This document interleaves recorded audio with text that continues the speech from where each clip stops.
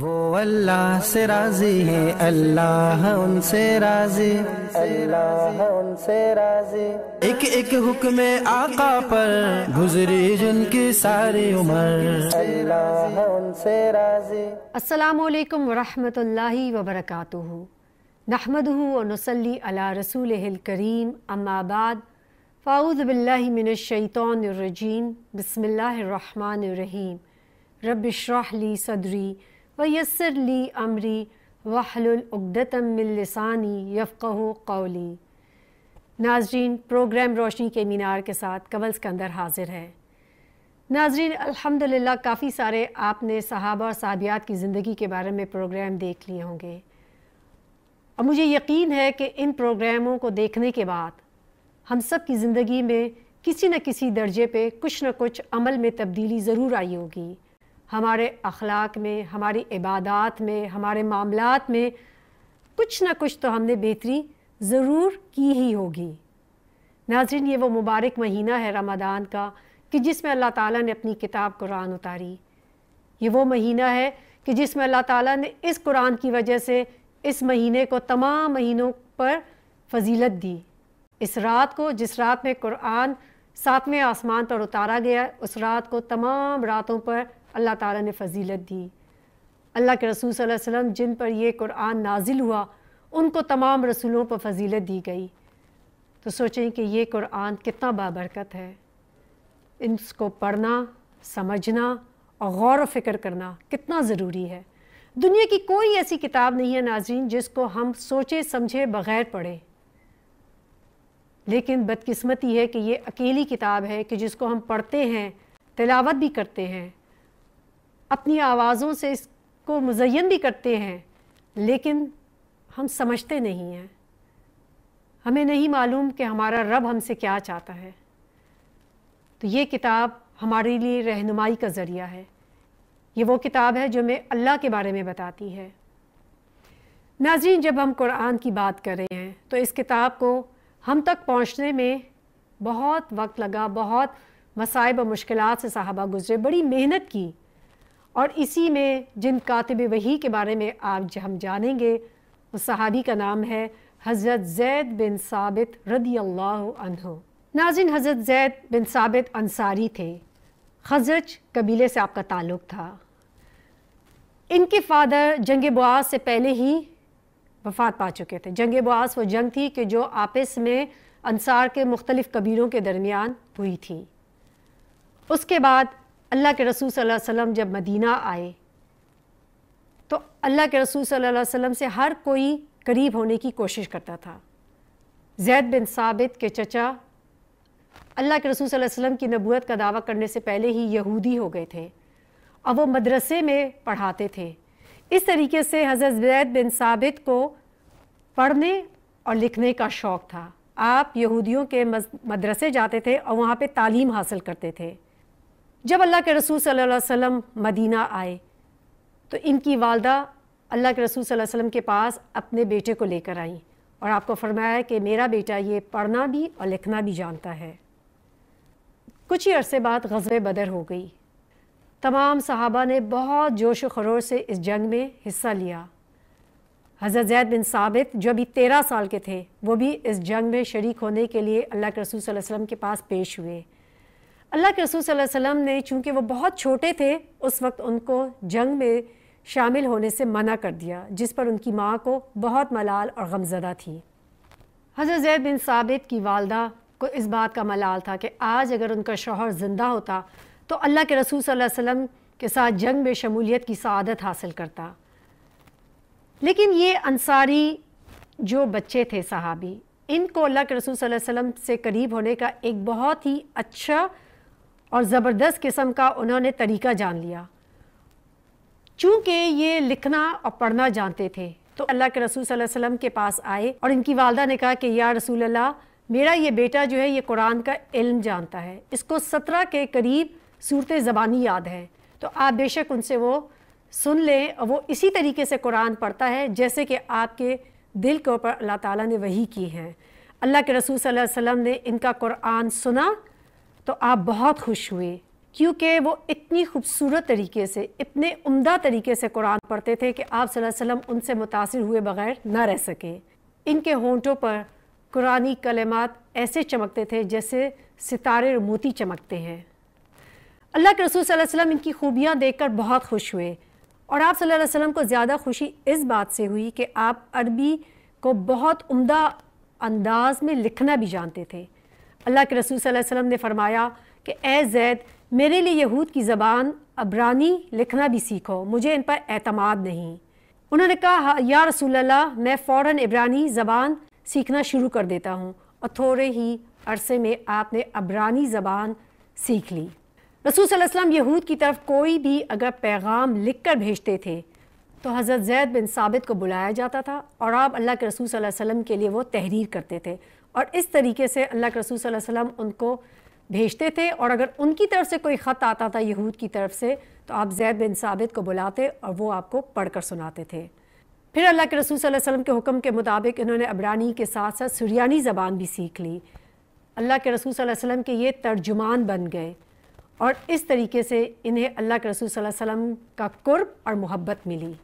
جب اللہ کے رسول صلی اللہ علیہ وسلم کو حضرت زید بن ثابت کے اوپر پورا اعتماد ہو گیا تو آپ نے ان کو بلا کر اللہ تعالیٰ کی نازل کوئی وحی بھی لکھنے کا حکم دیا، اسی لیے آپ کو کاتب وحی کہا جاتا ہے۔ جب قرآن مجید کی کوئی بھی آیت آپ صلی اللہ علیہ وسلم کے قلب مبارک پر نازل ہوتی تو حضرت زید کو بلاتے اور وہ اسے لکھتے۔ حضرت زید وقتاً فوقتاً اللہ کے رسول صلی اللہ علیہ وسلم سے قرآنی تعلیمات حاصل کرنے لگے، اور دن بدن آپ کی معلومات میں اضافہ ہونے لگا۔ ناظرین، یہاں تک کہ یہ نوجوان زید بن ثابت قرآن مجید کا ماہر اور سب سے بہترین قرآن کا ترجمہ کرنے والا بن گیا، اللہ کے رسول صلی اللہ علیہ وسلم کا پسندیدہ بن گیا، اور اللہ کے رسول صلی اللہ علیہ وسلم آپ سے بہت محبت کرتے تھے، اعتماد کرتے تھے۔ ناظرین، کتنی بڑی ایک خوش نصیبی ہے کہ ایک ماں نے اپنے بیٹے کو اللہ کے رسول صلی اللہ علیہ وسلم کے پاس چھوڑ دیا، اور وہ اللہ کے رسول صلی اللہ علیہ وسلم سے تعلیم حاصل کرتے تھے، ڈائریکٹ ان سے سیکھتے تھے، اور قرآن جیسی مبارک کتاب لکھنے کے لیے اللہ تعالیٰ نے حضرت زید بن ثابت کا انتخاب کیا۔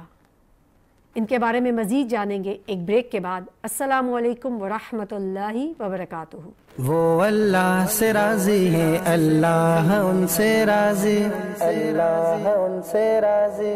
ایک ایک حکم آقا پر گزری جن کی ساری عمر، اللہ ان سے راضی۔ وہ اللہ سے راضی ہے، اللہ ان سے راضی، اللہ ان سے راضی۔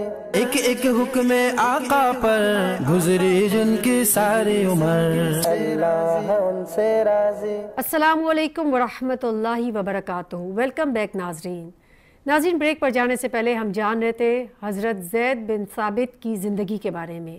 اللہ تعالیٰ نے ان کو نوازا تھا، آپ کاتب وحی تھے، زبردست قسم کی قرآن کا ترجمہ کرتے تھے۔ اللہ کے رسول صلی اللہ علیہ وسلم آپ سے بہت خوش تھے، آپ قرآن مجید کے ماہر تھے۔ اللہ کے رسول صلی اللہ علیہ وسلم کا وصال کے بعد امت محمد صلی اللہ علیہ وسلم میں حضرت ابوبکر صدیق رضی اللہ عنہ کی خلافت میں بھی اور حضرت عمر کی خلافت میں بھی آپ کو یہ ذمہ داری سونپی گئی تھی کہ آپ قرآن مجید کو سیر فہرست کرتے تھے۔ ناظرین، آپ قرآن مجید کے ماہر تھے۔ اللہ کے رسول صلی اللہ علیہ وسلم کے وصال کے بعد آپ امت محمد میں وہ بہترین انسان تھے جو حضرت ابوبکر صدیق سے لے کر حضرت عثمان رضی اللہ عنہ کے زمانے تک قرآن کو جمع کرتے تھے اور ان کے نسخوں کو ایک جگہ اکٹھا کرتے تھے۔ ان میں یہ بھی حیثیت نمایاں تھی کہ ان سے بڑھ کر یہ مرتبہ کسی کو نہیں ملا، ان کا درجہ اتنا بڑا تھا۔ اللہ تعالیٰ نے قرآن مجید کی برکت سے حضرت زید بن ثابت کو بہت سارے مراحل میں زندگی میں مضبوط رکھا۔ آپ وہ روشن ستارے تھے کہ لوگ آپ کو دیکھ کر حیران ہو جاتے تھے۔ جب اللہ کے رسول صلی اللہ علیہ وسلم کا وصال ہو گیا اور خلافت کا اختلاف پیدا ہو گیا تو مہاجرین نے کہا رسول کریم صلی اللہ علیہ وسلم کی خلافت کا حق ہمارا ہے۔ انصار میں سے کچھ نے کہا نہیں، چونکہ ہم نے مدد کی ہے صحابہ کی اور اللہ کے رسول صلی اللہ علیہ وسلم کی، تو خلافت کا حق ہمارا ہے۔ بعض انصار نے تو یہ بھی کہا کہ ایک خلیفہ ہم میں سے ہو اور ایک خلیفہ جو ہے وہ مہاجرین میں سے ہو۔ اس وقت سب لوگ حضرت زید بن ثابت کی طرف دیکھ رہے تھے۔ حضرت زید بن ثابت کی زبان سے اس وقت یہ مبارک بات نکلی۔ آپ نے فرمایا کہ اے خاندان انصار، رسول صلی اللہ علیہ وسلم مہاجرین میں سے تھے، آپ کا خلیفہ بھی مہاجر ہوگا۔ ہم جس طرح رسول صلی اللہ علیہ وسلم کے انصار و مددگار تھے، اسی طریقے سے ہم خلیفہ کے بھی مددگار ہوں گے۔ آپ نے فوراً آگے بڑھ کر حضرت ابوبکر صدیق رضی اللہ عنہ کے ہاتھ پر بیعت کر لی اور فرمایا یہ تمہارے خلیفہ ہے، تم بھی ان کی بیعت کر لو۔ ناظرین، حضرت زید بن ثابت اللہ کے رسول صلی اللہ علیہ وسلم کی تربیت میں وہ مینار نور بن گئے، وہ روشن ستارہ بن گئے جو سب کے لیے ہادی و مرشد تھے۔ جب بھی خلفائے راشدین کو کوئی بھی مسئلہ درپیش ہوتا تھا، وہ حضرت زید بن ثابت سے ہی مشورہ کرتے تھے اور ان سے فتویٰ لیا جاتا تھا۔ حضرت عمر رضی اللہ عنہ فرماتے ہیں کہ لوگوں، جو تم میں سے قرآن مجید کے متعلق معلومات حاصل کرنا چاہتا ہے، اس کو چاہیے کہ زید بن ثابت کے پاس جائے۔ جو تم میں سے فقہی مسئلہ پوچھنا چاہتا ہے، اس کو چاہیے کہ معاذ بن جبل کے پاس جائے، اور جس کو مال چاہیے اسے چاہیے کہ میرے پاس آئے، کیونکہ مجھے مسلمانوں کے مال کی نگرانی اور اس کی تقسیم کا اختیار دیا گیا ہے۔ حضرت ابوبکر صدیق رضی اللہ عنہ کی خلافت میں اور حضرت عمر رضی اللہ عنہ کی خلافت میں 3 لوگ ہی صرف فتویٰ دے سکتے تھے۔ ایک حضرت زید بن ثابت، ایک حضرت علی بن ابی طالب اور ایک معاذ بن جبل۔ صرف یہ 3 لوگ ہی تھے جن کو فتویٰ دینے کی اجازت تھی۔ ناظرین، فتویٰ دینا ایک بہت بڑی ذمہ داری ہے۔ آج یہ فتویٰ دینے کے بارے میں لوگ بہت ہی اس کو ہلکا جانتے ہیں۔ کوئی انسان بھی دین کی تعلیم دینے کے لیے بیٹھ جائے اور وہ لوگوں کو فتویٰ دینا شروع کر دے تو اس کی اجازت نہیں ہے۔ فتویٰ صرف ایک مفتی ہی دے سکتا ہے۔ ہمارے لیے بھی یہ حکم ہے کہ ہم ہر دین کے عالم کے پاس فتویٰ لینے نہ چلے جائیں، کیونکہ فتویٰ صرف ایک مفتی کا کام ہے کہ وہ دے سکتا ہے۔ ناظرین، حضرت زید بن ثابت وہ صحابی ہیں جن کا ہمارے اوپر بہت احسان ہے۔ ان کو دین کی تعلیم کا شوق تھا، ان کو غزوات میں شامل ہونے کا شوق تھا۔ غزوہ بدر میں اللہ کے رسول صلی اللہ علیہ وسلم نے آپ کو منع کر دیا تھا کیونکہ آپ بہت چھوٹے تھے، لیکن غزوہ احد میں جب آپ نے بہت زور دیا تو اللہ کے رسول صلی اللہ علیہ وسلم نے کچھ چند ہی چھوٹے صحابہ کو اجازت دی تھی کہ وہ جنگ میں شامل ہو سکیں، جن میں حضرت زید بن ثابت تھے۔ اسی طریقے سے غزوہ تبوک میں ایسا ہوا کہ اللہ کے رسول صلی اللہ علیہ وسلم نے ایک صحابی سے جھنڈا لے کے زید بن ثابت کو دے دیا۔ وہ صحابی پریشان ہو گئے، اللہ کے رسول صلی اللہ علیہ وسلم سے پوچھنے لگے کہ کیا مجھ سے کوئی غلطی ہو گئی ہے کہ آپ نے مجھ سے یہ جھنڈا لے لیا؟ تو آپ صلی اللہ علیہ وسلم نے فرمایا کہ نہیں، ہم قرآن کو عزت دے رہے ہیں۔ ناظرین، ایک قاری قرآن ہونا، قرآن کا عالم ہونا، قرآن کا علم دینا بہت بڑی عبادت ہے، بہت درجے کا کام ہے۔ ناظرین، قرآن وہ کتاب ہے کہ جس کے ساتھ ہم لوگوں کو ان کے رب کے ساتھ جوڑتے ہیں۔ یہ وہ رسی ہے جس کا ایک سرا اللہ کے ہاتھ میں ہے اور ایک سرا ہمارے ہاتھ میں ہے۔ اس کے بغیر اللہ تعالیٰ کو جاننا، پہچانا ہمارے لیے بہت مشکل ہے۔ ناظرین، ہم اس راستے کو متعین نہیں کر سکتے، ہم اس جنت تک پہنچ نہیں سکتے جب تک ہم قرآن کی روشنی سے، اس کے نور سے اپنے دلوں کو منور نہ کر دیں، کیونکہ ہمارے عمل میں قرآن پر عمل کیے بغیر کبھی بھی تبدیلی نہیں آ سکتی۔ اسی لیے ہمارے لیے ایک گائیڈنس کی کتاب ہے۔ اس کے بارے میں مزید جانتے ہیں حضرت زید بن ثابت کے بارے میں کہ انہوں نے کس طریقے سے اور دین کے لیے کیا کام کیے، ایک بریک کے بعد۔ السلام علیکم ورحمۃ اللہ وبرکاتہ۔ وہ اللہ سے راضی ہیں، اللہ ان سے راضی، اللہ ان سے راضی۔ ایک ایک حکم آقا پر گزری جن کی ساری عمر، اللہ ان سے راضی۔ وہ اللہ سے راضی ہیں، اللہ ان سے راضی، اللہ ان سے راضی۔ ایک ایک حکم آقا پر گزری جن کی ساری عمر، اللہ ان سے راضی۔ السلام علیکم ورحمۃ اللہ وبرکاتہ۔ ویلکم بیک ناظرین۔ ناظرین، بریک پر جانے سے پہلے ہم حضرت زید بن ثابت کے بارے میں اور قرآن کی فضیلت کے بارے میں جان رہے تھے۔ ناظرین، صحابی عبداللہ بن عباس نے حضرت زید بن ثابت سے ڈائریکٹلی پڑھا تھا۔ آپ کو جب تعلیم حاصل کرنی ہوتی یا کوئی حدیث پوچھنی ہوتی تو آپ حضرت زید بن ثابت کے گھر کے باہر بیٹھ جاتے، سخت شدید گرمی ہوتی اور آپ انتظار کرتے کہ وہ گھر سے باہر آئیں اور ان کو کسی حدیث کے بارے میں بتائیں۔ جب حضرت زید بن ثابت باہر آتے تو کہتے کہ آپ نے مجھے بتایا کیوں نہیں؟ اے اللہ کے رسول صلی اللہ علیہ وسلم کے چچا کے بیٹے، آپ مجھے بلا لیتے۔ تو وہ فرماتے کہ نہیں، ہمیں اپنے استادوں کی عزت کرنے کا ایسے ہی سکھایا گیا ہے۔ حضرت زید بن ثابت کو بھی حضرت عبداللہ بن عباس کے ساتھ اتنی محبت تھی کہ ان سے کہتے تھے کہ اپنا ہاتھ دیجئے، تو جب حضرت عبداللہ بن عباس اپنا ہاتھ دیتے تو اس کو چوم لیتے اور فرماتے کہ ہمیں اپنے پیارے نبی صلی اللہ علیہ وسلم کی اہل بیت کے ساتھ اسی طرح محبت کرنے کا حکم دیا گیا ہے۔ ناظرین، آج ہمارے پاس یہ قرآن ہے، اس میں حضرت زید بن ثابت کا بہت بڑا ایک حصہ ہے کہ جو ہم تک یہ پہنچا ہے۔ اللہ کے رسول صلی اللہ علیہ وسلم کے بعد حضرت ابوبکر صدیق رضی اللہ عنہ کے زمانے میں مسلمہ قذاب جو ہے اس نے نبوت کا دعویٰ کر دیا۔ ایک جنگ ہوئی جس میں بہت سارے صحابہ، کوئی 70 کے قریب قاری قرآن جو تھے وہ شہید ہو گئے۔ حضرت عمر رضی اللہ عنہ کو یہ ڈر ہوا کہ اس طریقے سے تو قرآن کہیں ختم نہ ہو جائے، تو آپ نے حضرت ابوبکر صدیق کو یہ زور دیا کہ اس قرآن کو جمع کر کے ایک کتابت کی شکل دی جائے۔ حضرت ابوبکر صدیق نے فرمایا کہ میں وہ کام کیسے کر سکتا ہوں کہ جو اللہ کے رسول صلی اللہ علیہ وسلم نے اپنی زندگی میں نہیں کیا، لیکن حضرت عمر کے زور دینے پر انہوں نے حضرت زید بن ثابت کو اس کام کی ذمہ داری دی کہ اس قرآن کو جمع کیا جائے۔ تو اس طریقے سے یہ قرآن جمع کیا گیا۔ حضرت زید بن ثابت جو ہیں قاری قرآن سے سنتے اور جو لکھنے والا ہوتا اس سے وہ قاری سنتا، اور اس طریقے سے یہ قرآن سارا جمع کیا گیا۔ حضرت عثمان رضی اللہ عنہ کے زمانے میں دوبارہ سے یہ قرآن کی کتابت اس طریقے سے جمع ہوئی کہ بہت سارے جب ملکوں میں اسلام پھیلنے لگا تو ان کی زبان کے فرق کی وجہ سے قرآن کی ایک مختلف کتابت ہونے لگی، تو حضرت عثمان رضی اللہ عنہ نے سب کو جمع کیا اور اس میں ایک قرآن کو چنا گیا جس کو ہم آج مصحف عثمانیہ کہتے ہیں، کہ جس کو کہا گیا کہ یہ وہ قرآن ہے جو اللہ کے رسول صلی اللہ علیہ وسلم سے پر نازل ہوا تھا، اور یہ ایگزیکٹ قرآن ہے۔ ناظرین، اللہ کے رسول صلی اللہ علیہ وسلم کی وفات کے 1 سال بعد ہی قرآن جو ہے وہ پورا یکجا کر لیا گیا۔ کیا آپ جانتے ہیں کہ نصارہ کی کتاب پورے 130 سال بعد جمع ہوئی تھی، اور اسی طریقے سے یہود کی کتاب جو ہے وہ 1000 سال بعد موسیٰ علیہ السلام کے بعد جمع کی گئی۔ تو اس سے ہمیں اس بات کا بھی احساس ہوتا ہے کہ 1 سال کے اندر ہی اندر قرآن جمع کر لیا گیا تھا۔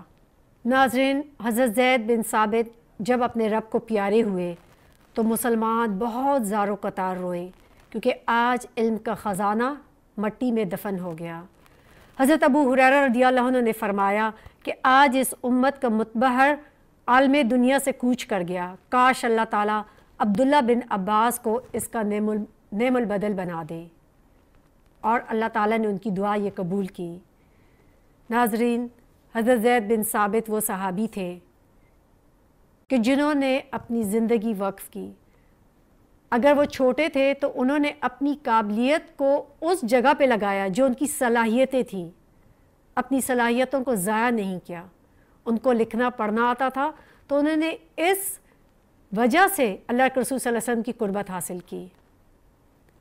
ہم سب کے پاس بھی کوئی نہ کوئی صلاحیت ہے، ہم بھی کسی نہ کسی چیز میں، ہر ایک انسان کو اللہ تعالیٰ نے کوئی ایک ایسی نعمت دی ہوتی ہے جو وہ باقی لوگوں سے جن میں بہتر ہوتا ہے، تو کیوں نہ ہم اپنی صلاحیتوں کو جانیں اور ان کو بہترین جگہ پر لگائیں، اپنی ذات کو لوگوں کے لیے پروڈکٹیو بنائیں۔